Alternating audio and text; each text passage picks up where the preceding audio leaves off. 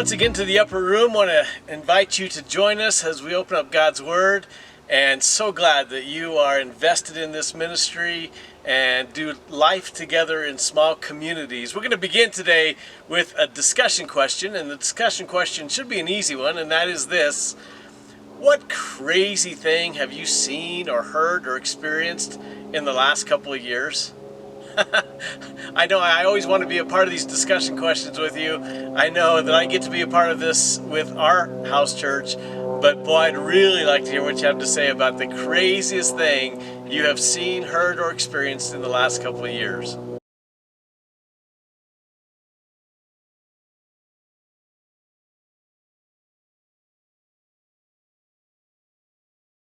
There was an awful lot to choose from, wasn't there? I would have to say, and it is so close, I would have to say maybe the craziest thing I've heard in the last couple of years, really happened in the last, I think, 6 months, and that was that our country confirmed a female Supreme Court justice who cannot define woman. And she is a woman, and she can't define it. We've been told for a couple of years, follow the science. We're just following the science. So let's help her. I doubt if she's going to see this, but just in case she would see this, let's help her, all right? Say it with me. XX equals woman. XY equals man. Let's do it one more time. XX chromosomes equal women. XY equals man. There is a difference, and there's a definite way to identify the difference between the two.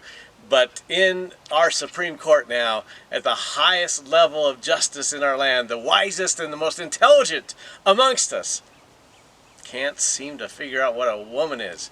I think that was the craziest thing. But a close second, I got to tell you about a close second. Let me give you the background. There was a guy named Richard Levine, and he became a doctor, a very accomplished doctor, was married, had 2 kids. And then 10 years ago, Richard decided to become Rachel. And you now know it as the Assistant Secretary of the United States for the Health Department, which is really interesting. I go back to the TV sitcom MASH. Are you old enough to remember MASH? You can watch reruns. Remember Klinger in MASH? His whole role in that sitcom was that he was trying to convince his superiors there in the Korean War at the time, supposedly. He's trying to convince his superiors that he is mentally unstable, mentally ill. He cannot stay in war, and how he was proving it was that he was pretending to be a woman. He was cross-dressing. And from that time clear till just recently, we've always believed that confusion over whether I'm a man or a woman is really a mental illness situation, but it really has to do with how much we will support their desire to be what they are not. You probably heard of George Orwell. He once said this. He said, "Political language is designed to make lies sound truthful and murder respectable." Man, with this gender confusion and now with abortion, which has been around for 50 years, talk about them telling us this is a respectable thing to do. The murder of babies is not really murder, it's just a choice. Very respectable. So we've chosen to entitle this lesson, Vive la Diffe'rence. That's the only French I really know. I'm actually kind of German English, but I love that French phrase. Do you know what it means? Vive la Diffe'rence. It is a phrase out of France that I'm sure is not popular anymore, because it means long live the difference, and it's specifically connected to the difference between the genders. That is, we'll always know that men and women are different. So Vive la Diffe'rence no longer applies, but I love it as a title, and it'll help us get into what we're going to talk about today. So Jesus concluded the Beatitudes, and now he bridges into some more teaching, and he really is going to talk about difference. He's going to talk about making a difference, being different, vive la différence, not just as a gender thing, but also in terms of who we are kingdom-wise. A lot of these non-differences that people are really excited about, the genders and other things like that, it really is about cosmetic differences. That is, just on the surface level, just appearance-wise, that's the only differences we're making here. Rachel Levine, Dr. Rachel Levine, She actually had, he actually had, it actually had to go through a year and a half of voice lessons to be able to talk more like a woman. Now, why is that? Well, we already explained it. XXXY. Because you're not different. You're not that. But if you have to learn to be that, then you have to learn to be that. But Jesus, on the other hand, says there's something about you that makes you different, not just cosmetically, but especially, even more, to the core. We are different to the core, Jesus says. So if you haven't been with us in the series is called The Lucky Ones, and it has to do with how fortunate we are to belong to the Lord, for the Lord to tell us what our life is about, what life in general is about. And now he's talking, bridging from the last beatitude, blessed are you, how fortunate are you when you are persecuted for righteousness. And that begs the question, of course, Jesus, why would people persecute us? And there's really two reasons. Number one, man is basically evil. Again, that's a theological reality that is absolutely unpopular today. Let me read to you from Isaiah chapter 64, verse 6. We are all infected and impure with sin. When we display our righteous deeds, they are nothing but filthy rags. You know, he's talking about their menstrual rags. That's what our righteousness is. That's how good we are. We're absolutely evil to the core. So why would people persecute other people? Well, it's a dark world that we live in, and people are evil to the core. But a second reason might be just simply because people are different. We tend to devalue people who are different from us. If we didn't learn anything else from the Holocaust and from the racist years gone by in America, it simply was about these people have a different skin color, these people have a different heritage, they're different from us, and so we devalue them, in fact, make them less than human, is the idea behind that. And that's been around a long time. Now, we're all different, and it's okay for us all to be different, right? God made us all different. But when I demand that you celebrate my differences, especially cosmetic differences, then we have a problem. Comedian Dave Chappelle puts it this way: I support anyone's right to be who they want to be. My question is, to what extent do I have to participate in your self-image? Isn't that a great question? Be who you want to be, really. I mean, suffer the consequences of your choices, but I have to take part in propping you up in those decisions? I think not. But that's the reality of why people get persecuted, I believe. It's a dark world, and people are different. You bring those two together, and how dare you not celebrate anything I want to do. So we see coming in the future that those of us who have a core difference, that is, our character is different, we choose to live by a biblical worldview instead of a secular worldview, that's when it'll be intolerable for the world in which we now live. So again, the cosmetic differences is about self-image, but the core differences is truly about our character and who we actually are. And that's where we see that persecution will come along, and it bridges us from Jesus saying, how fortunate are you when you are persecuted for righteousness? Because at your core, you're different than others, and they really hate who you've become or who you are. Now, he bridges now into some other teaching, and he's going to use two metaphors. These two metaphors he's going to use are very commonly understood by people that are followers of Jesus. And so I won't need to say a lot about them, but we're going to call this the elements, then we'll get on to the elephant, and then we'll get to the end game. But let's start with the elements and the text from which we get it. Matthew chapter 5, starting in verse 13. Jesus says, "You're the salt of the earth. But what good is salt if it has lost its flavor? Can you make it salty again? It will be thrown out and trampled underfoot as worthless." Verse 14, "You're the light of the world, like a city on a hilltop that cannot be hidden. No one lights a lamp and then puts it under a basket. Instead, a lamp is placed on a stand where it gives light to everyone in the house. In the same way, let your good deeds shine out for all to see, so that everyone will praise or give honor to your heavenly Father."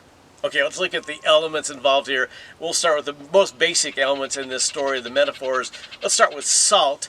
Now, you and I have a very minimal appreciation for salt today. It's important that we get salt on our steak or on certain foods to flavor it. And so it'd be easy to say, okay, he's just talking about us being flavor to the world. That's a small part of what he's saying. Back in the Middle East, in biblical times, salt was the most precious commodity there was. In fact, the Romans actually believed that salt was second only to the sun in importance. Now, why was that? Well, there was no refrigeration. So salt kept food preserved, especially meat preserved. The fishermen immediately put fish on salt so they would preserve it till it got it to the marketplace. In ancient times, the Greeks actually had a word for it, and it was a descriptive word, theon, which meant divine. They believed salt was a divine gift from God or the gods or whomever, but that's how important it was. In fact, Roman soldiers were actually paid in salt. That's where the phrase, he's not worth his salt, came from. That is, that it was so valuable as a commodity traded. It was used in agreements, covenants. There's even some biblical references to that. I'll give these notes to your leaders and they can give you those biblical references. But any pact between friends often involves salt. It was that essential. And so when Jesus says, you are the salt of the earth, he was saying, you have such great value, it can't even be measured. So what Jesus was saying is, you, my children, my followers, are of such great value to this world. You have no idea what it is you bring to the world. You are the salt. So that was the importance of salt. Now typically most people would say, salt doesn't lose its saltiness. I mean, it's salt today and it'll be salt again in 10 years. It never loses that. However, there in the area around the Dead Sea, the salt that came from the Dead Sea and around the Dead Sea often had impurities. In fact, the salt would be contaminated by gypsum and other minerals, and it could actually become flat in its taste. In fact, people in their households in those days who got some salt from the Dead Sea or somewhere, but it lost its taste, it lost its valuable asset of preserving food, they would throw it out because it was worthless, but they'd make sure never throw it out into their gardens or flowers or whatever. They'd always throw it onto a path where it'd just be ground into the dirt. That's an important detail now in this metaphor because Jesus refers to that, and it makes total sense. Now, while the value of salt has kind of diminished for us today, it's kind of a subtle importance to us. The value of light has not been diminished at all. Where salt works from within, the light comes from without, right? Light dispels darkness. It comes from somewhere else, and it dispels darkness from any situation that you're a part of. Again, the importance of light now is got to be seen in terms of the contrast between light and dark. I don't think I have to convince you of this, but there are some that are not yet convinced that we live in a very dark world. I read to you from 2 Timothy chapter 3, verse 12. Yes, and everyone who wants to live a godly life in Christ Jesus will suffer persecution. Again, that takes us back to last week. You want to live for God, you want to have the characteristics of God, you will suffer persecution. It is a dark place we live on this world, and people hate the light. That was verse 12. Now verse 13 of 2 Timothy 3, he goes on to say, but evil people and impostors will flourish. They will deceive others and will themselves be deceived. Do we see that? It's absolutely true. It seems like evil people are just flourishing. It seems like they're able to deceive so many. Author John MacArthur puts it this way. Man's knowledge has greatly improved, but the morals have progressively degenerated. His confidence has increased, but his peace of mind has diminished. His accomplishments have increased, but his sense of purpose and meaning has all but disappeared. So how important is light? We were recently in Tucson, and my brother Alan there, we were hanging out with Alan, and he loves to do this, I guess. I just thought, it's no big deal. He said, hey, let me polish your headlights. And I said, that's okay, Alan, you got better things to do. He goes, no, I love doing this kind of thing, which I don't even, there's never been a time I've sat around and thought, boy, I'd love to polish some headlights right now. But I guess Alan feels that way, and man, did he polish those things. And he said, I didn't do as good a job as I wanted to. That night as we drove home, I saw things I never would have seen before. The difference with having bright light. In fact, Bright light even dispels dim light. That's how important that is, and that's what Jesus is calling us. You're the light. You dispel darkness. It's what you do. Years ago, Woodrow Wilson, before he became president, talked about an incident in his life that I really want to use his quote to explain what happened. He was going to a barber shop. As he sat in the chair, here's how he described what happened next. I was sitting in a barber chair when I became aware that a powerful personality had entered the room. A man had come quietly in upon the same errand as myself to have his hair cut, and he sat in the chair next to me. Every word that man uttered, though it was not in the least didactic, which I had to look that up, it means informational, educational, though it wasn't didactic, showed a personal interest in the man who was serving him. And before I got through, I was aware I had attended an evangelistic service. Because Mr. D.L. Moody was in that chair, I purposely lingered in the room after he had left and noted the singular effect that his visit had brought upon the barbershop. They talked in undertones. They did not know his name, but they knew something had elevated their thoughts, and I felt that I left that place as though I should have left a place of worship. Is that amazing? That's really what we're called to be. Romans 12:1-2. We use these bodies he gave us, and when we do that, it is our worship, it's our offering to him, and those around us kind of get sucked into this thing of worshiping God when they look at us. That's what Jesus will say in the latter part of that metaphor. In the 19th century, there was a guy named Elihu Burritt, and he was actually appointed by Abraham Lincoln to go overseas as kind of an ambassador. He once said this: "No human being can come into this world without increasing or diminishing the sum total of human happiness. Everywhere he will have companions who will be better or worse because of him." It's the effect of light or the lack of light is what he's talking about. Let me read to you from the Message version of John chapter 3, verses 19 and 20. "This is the crisis we're in. God light streamed into the world, but men and women everywhere ran for the darkness. They went for the darkness because they were not really interested in pleasing God. Everyone who makes a practice of doing evil, addicted to denial and illusion, hates God light and won't come near it, fearing a painful exposure." So the world needs salt because the world is corrupt, and the world needs light because the world is dark. Does that make sense? Really basic metaphors, but they're so far-reaching. So now we've talked about the elements of the light and the salt. Let's back off a little bit, kind of go to what came before it.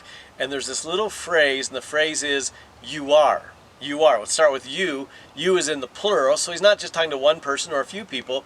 He's talking to all of us who will follow him for thousands of years. He's talking to us, all right? And it's emphatic in the Greek language, which means you have to get this, all right? Don't worry about other people getting it. You need to get this. When I was in high school, we had something called the Boys Rooting Association. It was those of us who didn't play basketball, but we were, fans of our friends down there playing basketball, and we put together, and when I say we, I was not in the leadership of this, but we put together what was called the Boys Rooting Association. If you use that acronym, you can see what was being waved in the stands. Anyway, one of the fads during those years in the late 70s, and it was true all over the country, was that when you were watching a basketball game, especially a high school or college basketball game, and the other team's player got called for a foul, everybody would go into this chant, "You, you, you, you, you." It was just like almost religious kind of thing, or if the referee made a bad call and it was obvious to everybody started pointing at him saying, "You, you, you." I want you to picture Jesus saying, "You." I'm talking to you. And then the next word is are. Are simply means who you are. It's pretty obvious. It's not about what you should do, what you could do. Jesus is not saying, you could do this. You could be light and salt. You should be light and salt. He's not saying that. He's saying, this is who you are. Once you step in line with me, once you follow me, you have become a difference maker. You are different. Salt is different than its environment. Light is different than its environment. And you make a difference. In fact, you cannot make a difference unless you are different. And maybe that's the phrase you need to hang on to today. You and I cannot make a difference unless we are different. Vive la différence. Long live the difference of salt and light is really what Jesus is saying. I want to take you to 1 Peter chapter 2, verse 9. But you are not like that, what he just described as people who stumble in the dark. You're not like that, for you are a chosen people. You are royal priests, a holy nation, God's very own possession. As a result, you can show others the goodness of God. For he called you out of the darkness into his wonderful light. You stand apart. And again, remember what Jesus said in another place. They won't necessarily like you. Some will be drawn to the way you and I live. Some will be repulsed by how we live. I don't know what you know about General George Patton from World War II, but he was a very distinct individual, and honestly, many amongst his peers in leadership in World War II didn't care for him much. However, I want to tell you about one General Field Marshal from Germany said about him. Gerd von Rundstedt said this about Patton: "He is your best." Isn't that interesting? Some people were repulsed by Patton, but the enemy knew he is simply your best. You know what? That's the truth about us. Our enemy, the demons, the evil ones, know. They may not say it like this field marshal did. They know that when we really live who we are on this earth, we are simply the best representation of the Lord. So what is salt and light? Simply la différence. It is the difference that carries on because Jesus stated so. Webster's dictionary talks about influence, and it really is that difference. We are influencers wherever we are, whatever we're doing, if in fact we are being who God called us to be. Webster's dictionary puts it this way: the act or power of producing an effect without apparent exertion or force or direct exercise of command.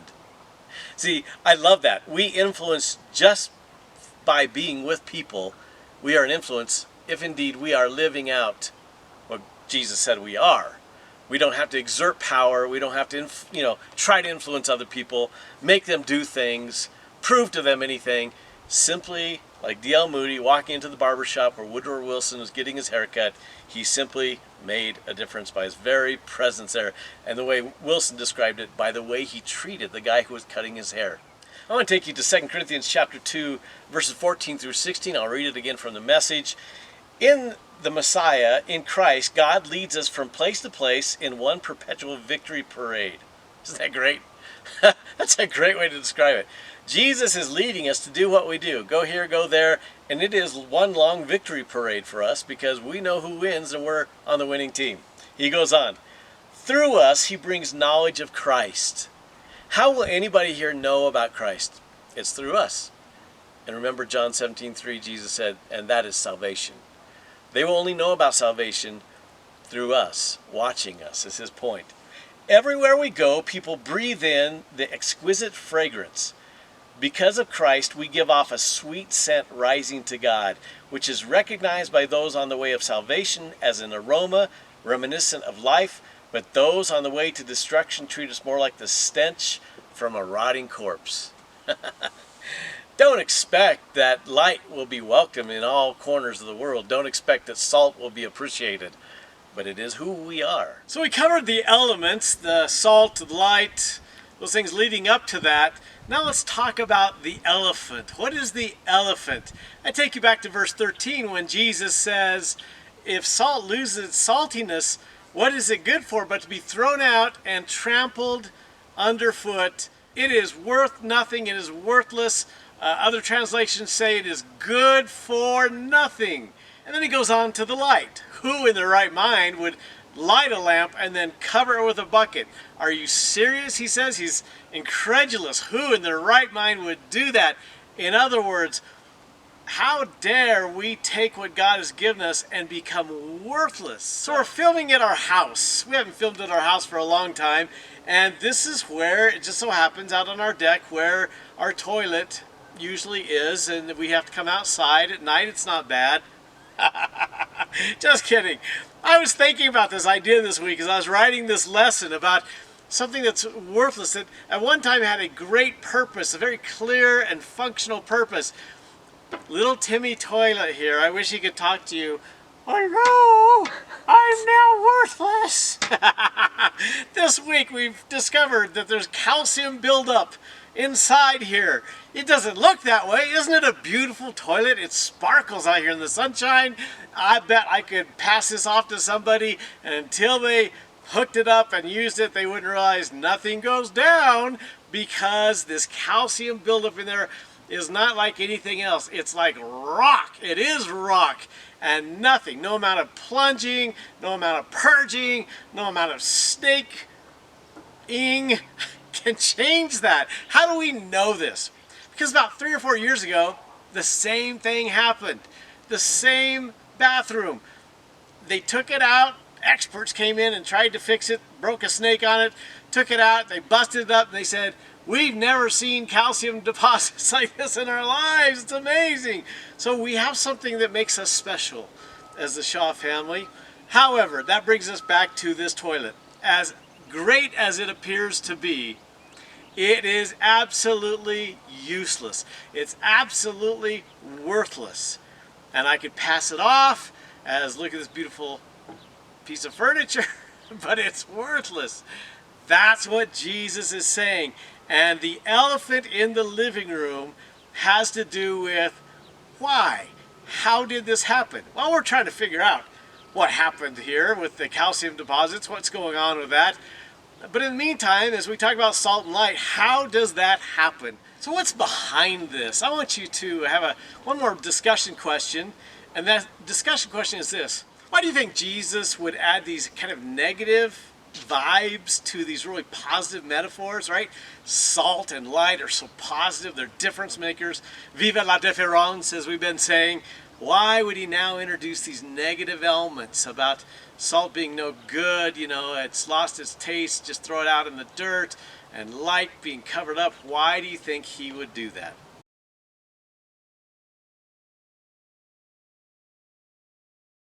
I certainly believe that Jesus does this because he wants us to see some reality. And the reality is this: no matter how good we look, our insides may not match what we look to be on the outside. In other words, we're not what we claim to be, what we want people to think we are. I want to turn to the brilliant Dallas Willard to explain maybe how we got here. He writes this: non-discipleship is the elephant in the church. So that's where we get our elephant metaphor now. It is not the much discussed moral failures, financial abuses, or the amazing general similarity between Christians and non-Christians. These are only effects of the underlying problem. The fundamental negative reality among Christian believers now is their failure to be constantly learning how to live their lives in the kingdom amongst us. And it's an accepted reality. The division of professing Christians into those for whom it is a matter of whole life devotion to God and those who maintain a consumer or a client relationship to the church has now been an accepted reality for over 1,500 years. I think Willard just nailed it. How do we get to this place where we look great? The porcelain looks great. Jesus described the Jewish leaders as whitewashed tombs. That is, they look great on the outside, but inside they're full of dead man's bones. The same, I believe, is true here. That we can claim to live for God, we can claim to be Christians, but unless we are disciples of Jesus, unless we are following hard after Jesus, unless we're learning constantly from him, studying him, unless we're living that way, chances are we're going to turn into consumers. And that's what the modern church is for the most part. It's filled with consumers and clients who say, give me what I want when I want it. And all that happens there is they have the appearance of good behavior, but inside they're just full of stuff that hardens. And really there's no life whatsoever. When I was in high school in the Pacific Northwest, our pastor's name was Lloyd Sorter, and he had a son who was probably 7 or 8 years old named Dane. And so Lloyd came to me one day and said, hey Steve, let's go over to the coast and let's dig clams. I said, okay, that sounds good. What I didn't know is that digging clams on the beach has to be done at night. It's best at night. So what you do is you take a lantern and you walk along the surf and you look for those little holes in the sand where after the wave comes and goes back out, there's bubbles coming up. In other words, there's clams underneath. I guess they're spitting out that salt water. It's there and then that you can take this short little shovel and just shovel like mad. So that was what Lloyd and I were doing. Dane, his son's job was to hold the lantern. So he said, Dane, hold the lantern so we can see what we're doing and let us know if the surf is getting close. And so Dane said, okay. So we found a couple holes that were bubbling and we went at it to the point where we're sweating. We're going at it as fast as we can because those clams, once they sense you're digging for them, they dig down. So it's a race is what it is. It's a lot of fun. And then if you find them, you grab them, throw them into a bucket, take them home, and you don't eat them because they taste like tire rubber. Anyway, so that's what we're doing, and the light is there, we've got the shovels, we're going at it, and then the light kind of gets a little dimmer, and then a little dimmer, and then the light is totally gone. We're in the dark. I'll never forget, Lloyd looks up and says, Dane! Dane's running up the beach. He says, where are you going? And Dane, as he's running, looks over his shoulder and says, there's a wave coming! Boom! Right then we get slammed by the wave. I always think of that when I think of the diminishing light that we are, if we are just claiming to know Jesus, claiming to follow Jesus, claiming to be Christians, but otherwise we're no different. We are a diminishing light to the point where darkness reigns once again wherever we are. I think it's a great example. So that's the elephant in the church. That's the elephant part of what Jesus is talking about. There's a reason he inserts this kind of negative element here. Now we go from the element to the elephant to the end game. This won't take long because we talk about it all the time, but it's worth saying again. In chapter 5, verse 16, Jesus says, in the same way, let your good deeds shine for all to see, so that everyone will praise or give honor to your heavenly Father. The end game, honor God. In all that we do, in everything that we are, we honor God. And that's the end game. All the other stuff is just the process of getting to that place of we are about honoring God. It gives us the purpose in life that God created us to have.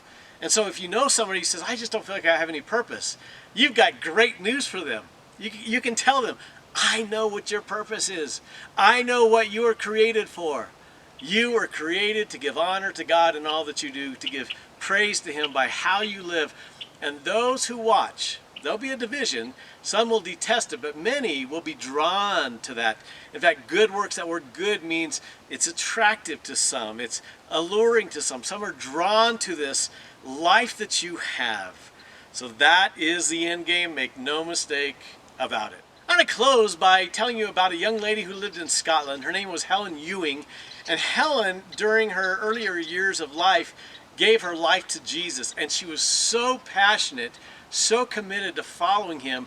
It is said that even as a teenager, she would get up at 5 in the morning every morning to read God's Word, to study, to pray, to journal.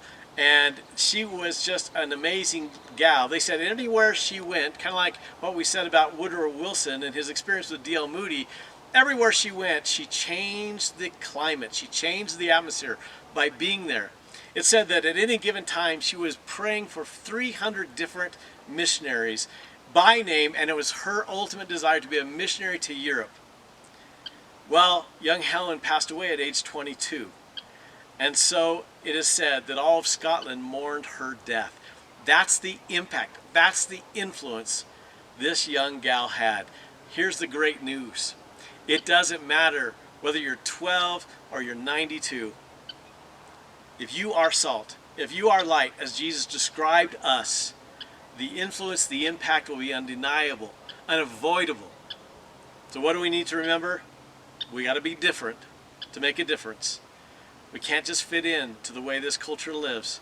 And it is high time that you and I shake and shine. We are the moon.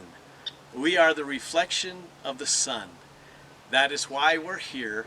It is what we do. How fortunate we are, how lucky we are that we know why God put us here and we know what He wants to do in and through us. Thanks for joining us. Again, we're the lucky ones, aren't we? God bless.